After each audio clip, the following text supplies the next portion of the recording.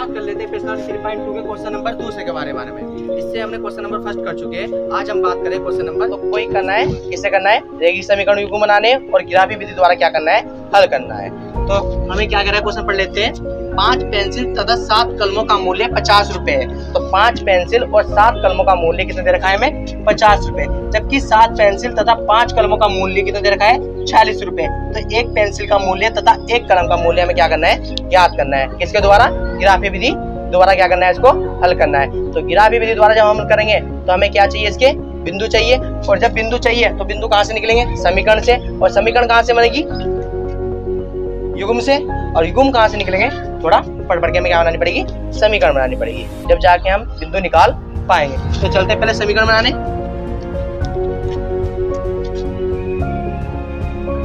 हल। तो हमें क्या दे रखा है, 5 पेंसिल और 7 कलमों का मूल्य कितना दे रखा है, 46। तो हमें पेंसिल है और कलम है, तो माना कलम का मूल्य कितना, सॉरी पेंसिल का मूल्य कितना मान लेता हूँ x और कलम का मूल्य कितना मान लेता हूँ y। तो ले लेते हैं माना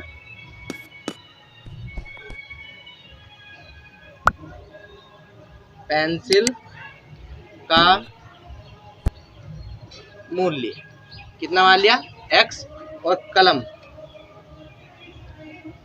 का मूल्य कितना मान लिया मैंने y। इतनी बात समझ में आ गई। प्रश्न अनुसार क्या कह रहा है वो, पहली शर्त क्या कह रही है, सही है, यानी कि स्थिति नंबर फर्स्ट क्या कह रही है। तो स्थिति नंबर फर्स्ट लिखो, स्थिति फर्स्ट। प्रश्न अनुसार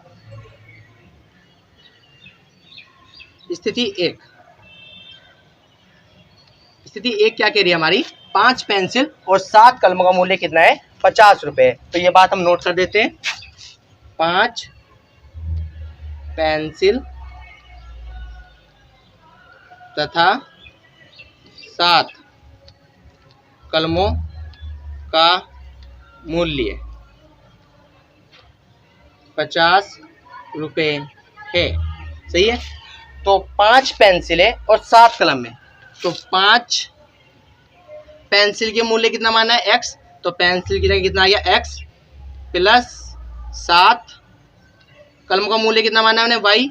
तो y इक्वल कितना आ गया, 50। समीकरण 1। कोई दिक्कत, सही है। तो हमने पहली समीकरण बना चुके हैं। 5 पेंसिल और 7 कलमों का मूल्य कितना है, 50 रुपए है, ठीक है। यहाँ एक बार लाया था, सॉरी कुल मूल्य दे रखा है मैं, ठीक है। कुल मूल्य का मतलब दोनों का आपस में मिला के, यानी 5 पेंसिल और 7 कलमों को आपस में जब मिलाएंगे तो उसका टोटल रुपीस कितने बैठेगी, वो 50 रुपये की। इसलिए मैंने क्या करा, यहाँ योग करा। इतनी बात समझ में आ गई। तो वो कुल का वर्ण छूट गया है, तो ध्यान रखना, ठीक है। तो नंबर स्थिति नंबर 2 देखते हैं। स्थिति 2 क्या करी है, स्थिति 2।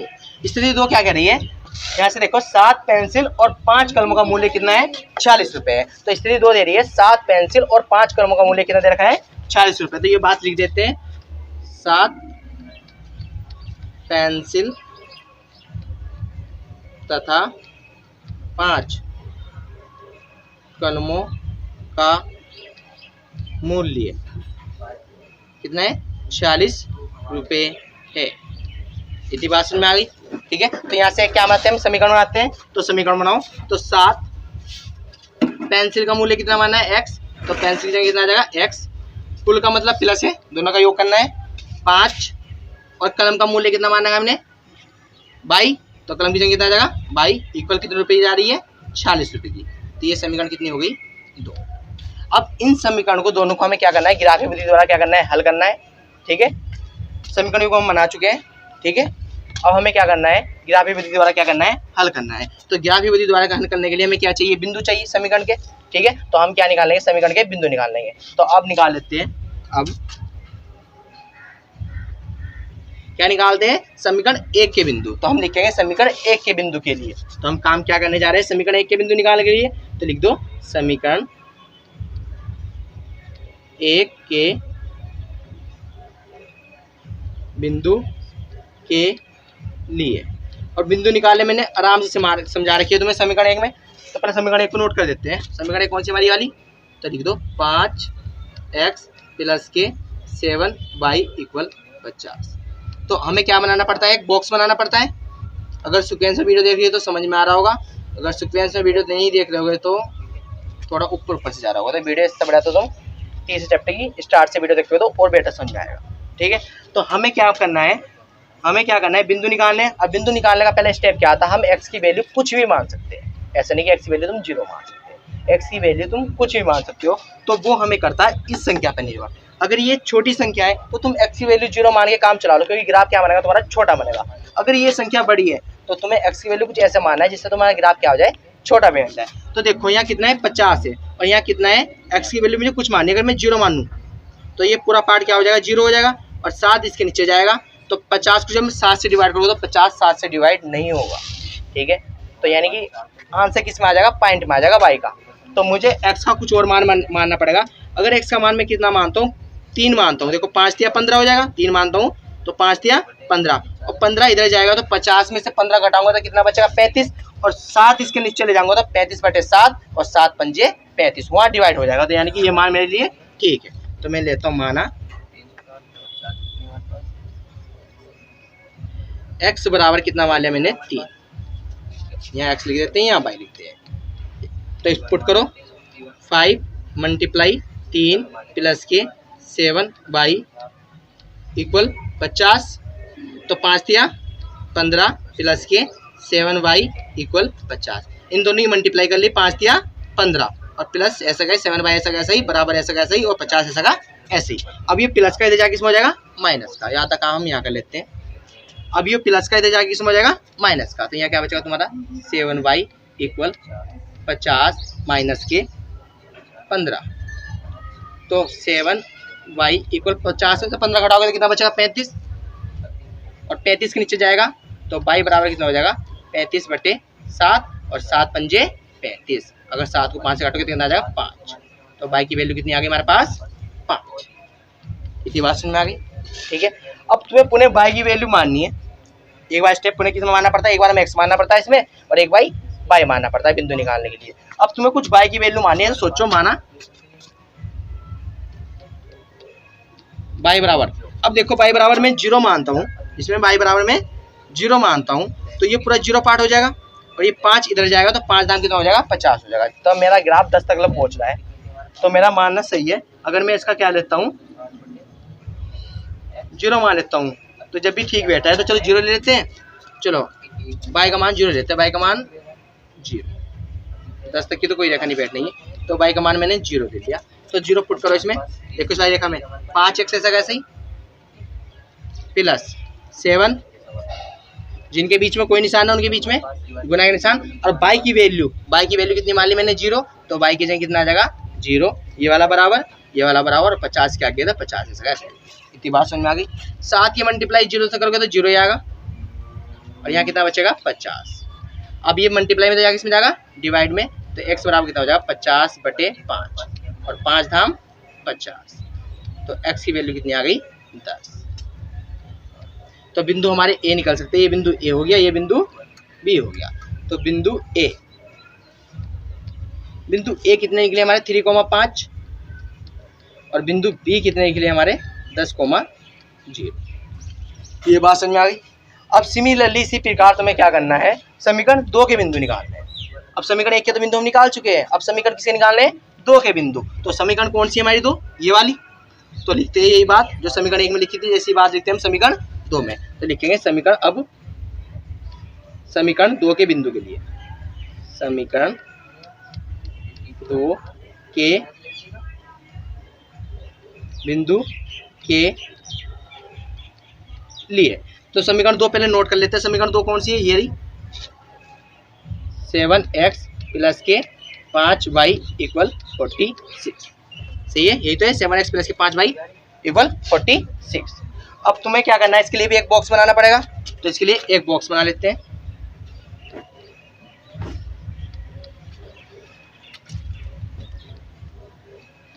यहाँ x हो गया, यहाँ y हो गया।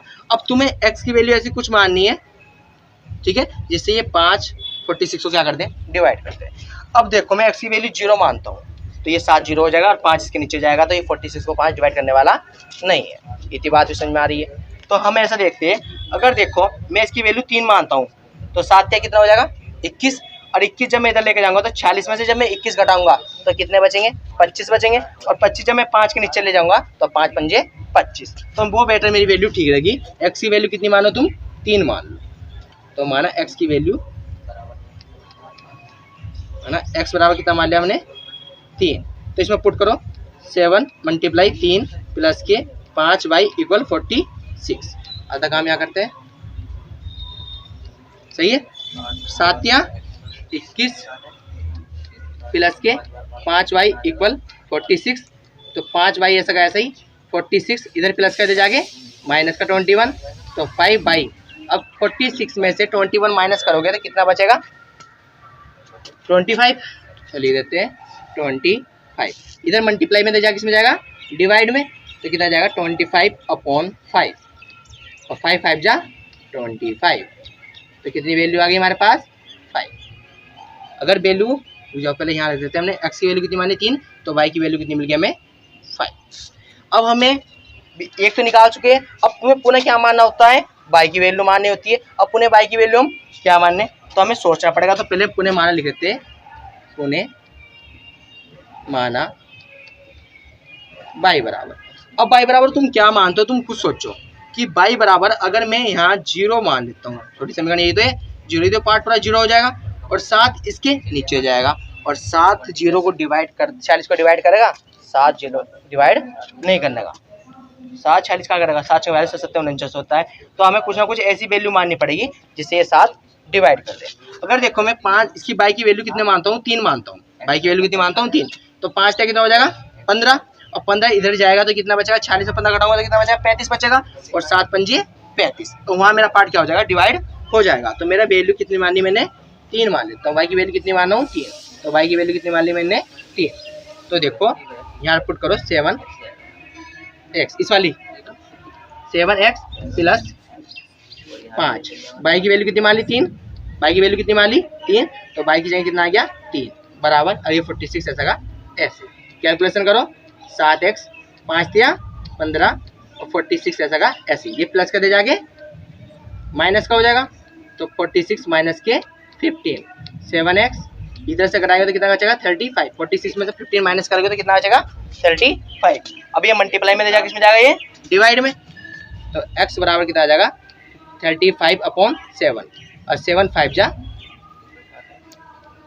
35, तो x की वैल्यू कितनी होगी 5। तो ये बिंदु हम C, ये बिंदु हम D निकाल चुके हैं। तो बिंदु C भी निकल चुका है, बिंदु D भी। तो बिंदु A ये निकल गया, बिंदु A कितना निकला हमारा 3,5, बिंदु B कितना 4,0 10,0 सॉरी, और बिंदु C कितना निकला 3,5। तो लिख देते हैं बिंदु जो हमारा C निकला है वो कितना निकला है 3,5, और बिंदु जो D निकला है वो कितना निकला है 5,3। सही है। अब ये बिंदु हम निकाल चुके हैं, और जब बिंदु निकाल चुके हैं तो किस बात की देरी, तो हम किस पे चलते हैं, अब जा ग्राफ पे चलते हैं। तो ग्राफ पे चलने के लिए पहले मैं बिंदु एक साइड में नोट कर लेता हूँ, मुझे ये ग्राफ का क्या करना पड़ेगा, रफ करने पड़ेगा। तो चलो ये बिंदु पहले साइड में लिख लेते हैं। तो बिंदु A, तो बिंदु A कितना निकला था हमारा 3,5, बिंदु B कितना निकला है 10,0, और बिंदु C कितना निकला हमारा 3,5, और बिंदु D कितना निकला है 5,3। ठीक है। तो चलो इसकी सोल्व लेना चाहते हो इसकी सोल्व ले सकते हो, फिर मैं इसको रफ कर देता हूँ, फिर चलते हैं ग्राफ पे। आइए दोस्त अब चलते हैं ग्राफ के बारे में। तो पहले हम एक ग्राफ खींच लेते हैं। ठीक है। अब ये ग्राफ क्या होता है हमारा, एक होता है एक्स एक्स का, एक होता है वाई एक्स का। तो ये किसका होता है एक्स एक्स का, ये किसका होता है एक्स एक्स का, और ये किसका होता है वाई एक्स का।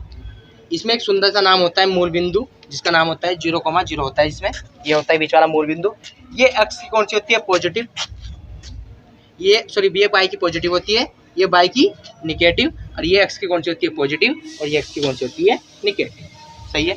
अब मेरे हाईएस्ट नंबर कितने हैं 10, तो मुझे ग्राफ में कितने नंबर खींचने पड़ेंगे 10, तो 10 खींच लेते हैं 1 2 3 4 5 6 7 8 9 10, ऐसे इसमें करते हैं 1 2 3 4 5 6 7 8 9 और 10।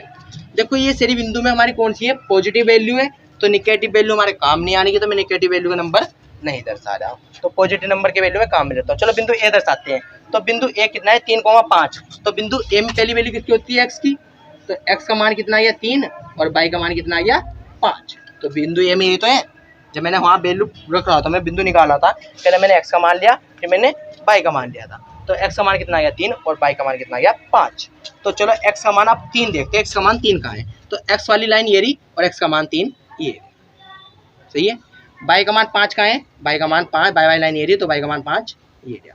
अब इसका सेंटर पॉइंट कहाँ है, इसका सेंटर पॉइंट ये गया। तो यहाँ बिंदु लिख देते हैं। बिंदु हमारे कितने बने, बिंदु हमारा ए बना है ये 3,5, सही है। अब हमें क्या निकालना है, बिंदु दूसरा देखना है। तो बिंदु दूसरा कितना है 10,0। तो बिंदु बी में एक्स की वैल्यू कितनी आ गई, पहली वाली आपकी बार 10 और वाई की वैल्यू कितनी आ गई 0। अब एक्स की वैल्यू देखो 10 कहाँ है, एक्स की वैल्यू 10 ये रही और वाई की वैल्यू 0 ये रही। तो बिंदु बी हमारा यही बन जाएगा 10,0। अब ये रेखा और ये रेखा आपस में मिला दो, सही है। अब ये किसका ग्राफ था पहले, ये पहले वाली समीकरण के 2 बिंदु थे। किसके थे ये, पहली वाली समीकरण के 2 बिंदु। और पहली वाली समीकरण कहाँ से बनाई थी हमने, यहाँ से 5x प्लस के 7y इक्वल 50। तो ये कौन सी समीकरण बनी थी हमारी, 5x प्लस के 7y इक्वल 50। इसका हम नाम देते हैं, कोई दिक्कत। अब हमें क्या निकालना है, समीकरण 2 के बिंदु दर्शाने। तो समीकरण 2 के बिंदु ये रहे सी और डी। तो चलो सी को दर्शाने चलते हैं, सी बिंदु को। तो एक्स का मान कितना है आपकी बार हमारे पास 3 और वाई का मान कितना है 5। बिंदु सी में एक्स का मान 3 है, वाई का मान 5 है। तो चलो अब एक्स का मान 3 देखो, तो एक्स का मान 3 कहाँ है, ये रहा, और वाई का मान 5 ये रहा। तो बिंदु ये यहीं है, सही है, 3,5, सही है, 3,5। तो बिंदु हम यहाँ भी सी लिख सकते हैं। तो बिंदु सी भी हमारा यहीं है 3,5। अब बिंदु डी को देखो। तो बिंदु डी में एक्स का मान कितना है हमारे पास 5, सही है, और वाई का मान कितना है हमारे पास 3। तो वाई का मान 3 ये गया, सही है। तो इसका सेंटर पॉइंट देखना पड़ेगा हमें। तो ये रहा, ये लाइन और ये जा रहा है, ठीक है। तो हमें बिंदु यहाँ मिल चुका है। तो बिंदु यहाँ कौन सा मिला हमें, डी 5,3। अब इस रेखा को इस रेखा से आपस में मिला दो। तो इस रेखा को इस रेखा आपस में मिलाओगे तो ये इस तरीके से काटती हो जाएगी। तो देखो स्केल से भी को बड़ा खींचना, तो ग्राफ थोड़ा वैसा बना है, ठीक है। तो इस तरीके से हमारा ये ग्राफ बन चुका है, ठीक है। और ग्राफ किस रूप में बना है, प्रतिच्छेद के रूप में। तो ग्राफ से हमें एक सवाल दिख रहा है, प्रतिच्छेद बिंदु कहाँ काटा है उसने, यहीं काटा है। तो एक्स का मान कितना है पहला, चलो अभी लिख देते हैं। पहले ग्राफ से हमें एक बात पता चल रही है, ग्राफ से, सही है, ग्राफ से बिंदु यहाँ काटता है। तो ये बिंदु हमारा कौन सा है 3 और 5। ये बिंदु कितना है हमारा 3 और 5। तो x का मान कितना है पहला वाला है और y का मान कितना है दूसरा वाला है। तो x का मान कितना आ गया यहाँ से देखो, तो 3 आ गया। प्रतिच्छेद बिंदु को देखते हैं जिसमें प्रतिच्छेद बिंदु काटता है। तो प्रतिच्छेद बिंदु यहीं तो काटता है बाबू। तो बस इसके बिंदु पकड़ लो, इसका बिंदु कौन सा a और c भी है। तो 3 और 5 ही तो है। तो पहला x का मान कितना आ गया 3 और y का मान कितना आ गया 5। ग्राफ से हमें ये तो पता चला है प्रतिच्छेद बिंदु देख के। तो ये प्रतिच्छेद रेखा जा रही है, प्रतिच्छेद कर रही है आपस में 2 रेखा। तो 3,5 निकल गए। और अब तुमने x का मान कितना निकाला था, x किसकी वैल्यू मानी थी तुमने, पेंसिल की वैल्यू। किसकी वैल्यू मानी थी तुमने, पेंसिल की वैल्यू। तो पेंसिल का मान कितना आ गया हमारा 3। तो पेंसिल की वैल्यू कितनी आ गई कि पेंसिल का मूल्य कितना आ गया हमारे पास 3। और कलम का मूल्य बाई मानना था हमने, जो वहाँ लेट करके मारने थे ऊपर। जब तुमने स्क्रीनशॉट देखो जब लिया होगा तो वहाँ तुमने लेट करके क्या करा था, मारा करके बाई की वैल्यू कितनी मारी थी, वो सॉरी कलम की वैल्यू कितनी मारी थी हमने 5 है बाई। तो कलम की वैल्यू कितनी आ गई, बाई की से कितना आ गया 5। तो कलम की वैल्यू कितनी आ गई 5।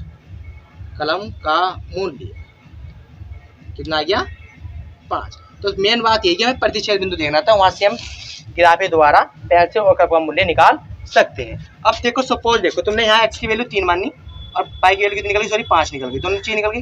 अब देखो हमारी एक समीकरण बनी थी, चेक कर लेते हैं हमारी समीकरण ठीक है या नहीं है। तो हमारी एक पहली समीकरण थी 5x प्लस के 7y इक्वल 55। अब x की वैल्यू यहाँ पुट करो तो 5 मल्टीप्लाई 3 प्लस के 7 मल्टीप्लाई y की वैल्यू कितनी निकाली 5, तो इक्वल 50। तो 5 या 15 और 7 पंजे 35 और दोनों का सम करते हैं तो 50 आएगा, 50 बराबर 50, यानी कि हमारा आंसर करेक्ट है, यानी कि कलम का मूल्य और पेंसिल का मूल्य हमारा सही है। तो ऐसा आंसर करके तुम चेक कर सकते हो कि तुम्हारे अगर तुम्हें डाउट हो रहा होगा तो दोनों चीज़ रख के वैल्यू रख के तुम चेक कर लो, अगर LHS बराबर RHS आ गए तो तुम्हारी वैल्यू सही निकली है। ठीक है, तो चलो अब जा अगले क्वेश्चन तीसरे पार्ट पे चलते हैं। ठीक है।